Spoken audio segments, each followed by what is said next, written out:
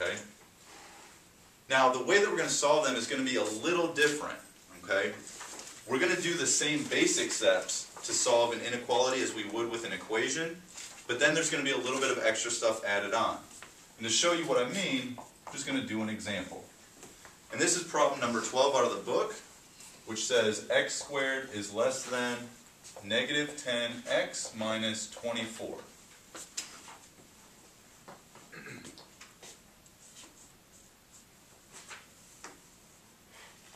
Now, if this was an equation, what would be the first thing that we would do here? We would subtract 10, but you can't because it's squared. You get 10x and 24 on that side. Right on. We get everything on the same side, right? To solve a quadratic equation, it's got to be equal to 0, right? To solve a quadratic inequality, you've got to have an inequality with a 0 on one side. So it's the same idea. So here, I'm going to add 10x to both sides and 24 to both sides. And that'll make the stuff on the right-hand side become 0.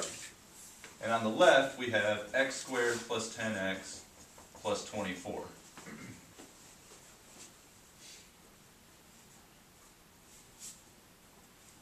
Now what do we do? Subtract. We factor it. Exactly. Just like with an equation, we factor it. So what does this one factor into? X plus 6, x plus 4. Right on. X plus 6, x plus 4. Remember, when we're doing this, we need two numbers that multiply to the 24, add to the 10. And so we've got this inequality here. Once we've got it factored, we're actually going to leave that for a few minutes. Okay? And what we're going to do is we're going to take and find the actual zeros. Now, we want to find where this function here is going to be less than 0. Okay? If we were graphing this, we'd be wanting to look to where this function was below the x-axis. Right? Now, the problem is, we don't know where exactly it's going to be above or below the x-axis. And unlike an equation, we can't just set this to be less than 0. Okay? If we set this to be less than 0, this to be less than 0, we get x is less than negative 4. And x is less than negative 6. But those aren't necessarily the answers. So what we're going to do from here, once we've got it factored, is we're going to find out where it's exactly equal to 0. Just like we would with an equation. We're going to set these two things equal to 0. So we do that. We get x plus 6 equals 0. X plus 4 equals 0. We solve these. Same idea, we just subtract a number. And we get x equals negative 6.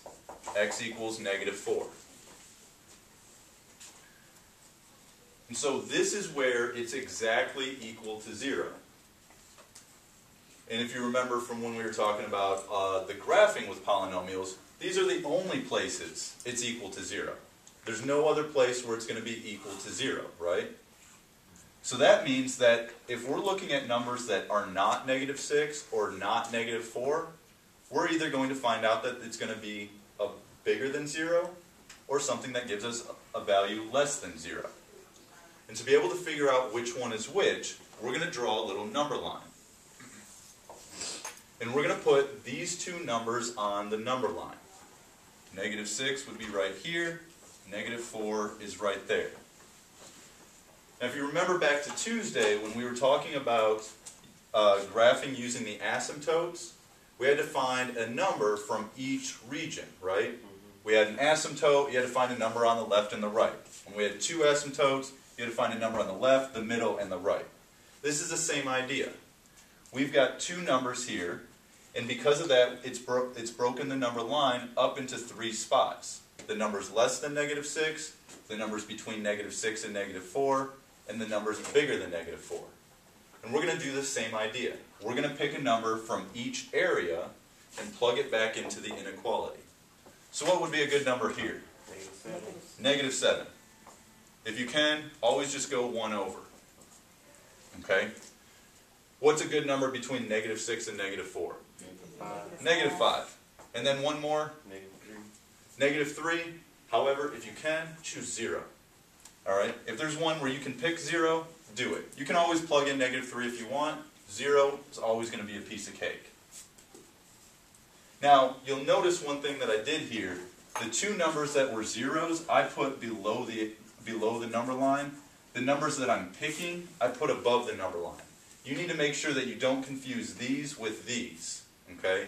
And this is one way that helps me not confuse them. So the numbers that you pick, put above the line. The numbers that you're given from the problem, put below the line. That way they stay separate. And so what we're going to do with these numbers, which are what we call test points, we're going to plug them back into the inequality and figure out whether the inequality is true or not at that point. Now, it's always going to be easiest to plug these into the factored form. Okay? And the big idea here is that you don't actually need to know what number you get when you plug them in. All that matters is whether you get a positive or a negative.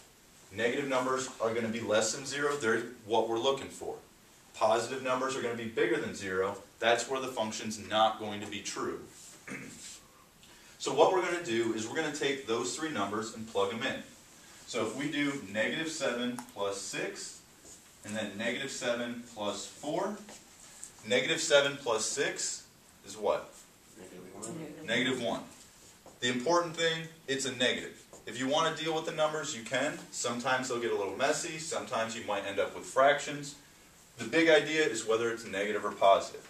Negative 7 plus 4, negative 3. And so these things are multiplied. A negative 1 times a negative 3 is a positive 3. Now, is this bigger than or less than 0? Bigger. It's bigger than 0. Okay? Is that what we want? No, we want to find out where it's less than 0. So this does not work. Okay? Negative 7 is in an area where those numbers are not going to work. Now, you can put an F here for false. We're going to use T for true. Or if you want, I prefer just marking this thing off. I put a big X there. That shows me that's not where my answer is. Now we got to try the other numbers. When we plug in negative 5, we get negative 5 plus 6 times negative 5 plus 4. Negative 5 plus 6 is, and the other one gives us a negative 1. 1 times negative 1 is negative 1. And is negative 1 bigger than or less than 0? It's less than. And that's exactly what we want to see. We want to end up with something less than 0. Because we have something less than 0. And so this works here. On my chart, I usually like to put a big check. We have to put the 3's greater than 0 and negative 1 is like that. No, you just got to get here. Okay. And like I said, it doesn't really matter what the number is, whether it's positive or negative. Alright, and so then the last one, we plug in 0. We get 0 plus 6 times 0 plus 4. Adding 0 doesn't do anything, so this is just 6 times 4, which is 24. It's larger than 0. And so that's not what we want. And so it's false there. And so that means that all of these are not going to work.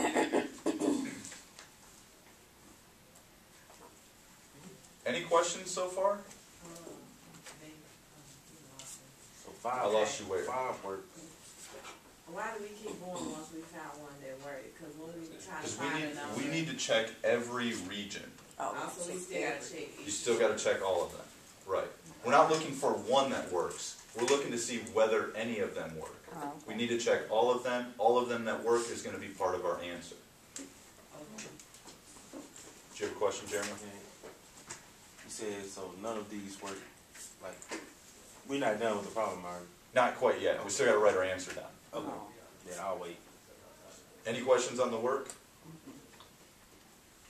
Awesome.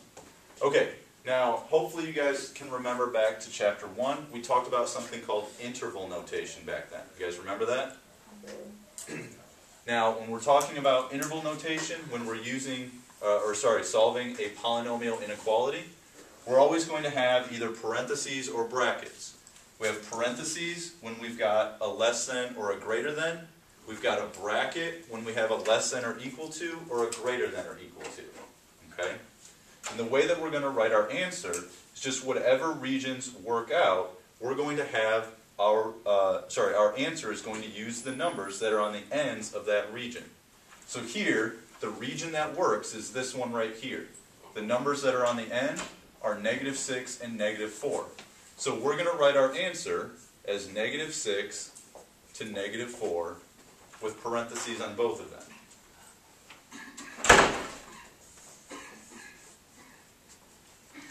That's the solution to the inequality. So we don't need to put -5 in there. No, the numbers that are above the line, the numbers that you pick, you will never have as part of your answer. Okay, so basically we just saying the answer is between -6 and -4. Right, because these are the numbers that would work. We showed that -5 worked. If we picked any other number in here, it would also end up working. Just, there's no other good numbers. Any questions on this one?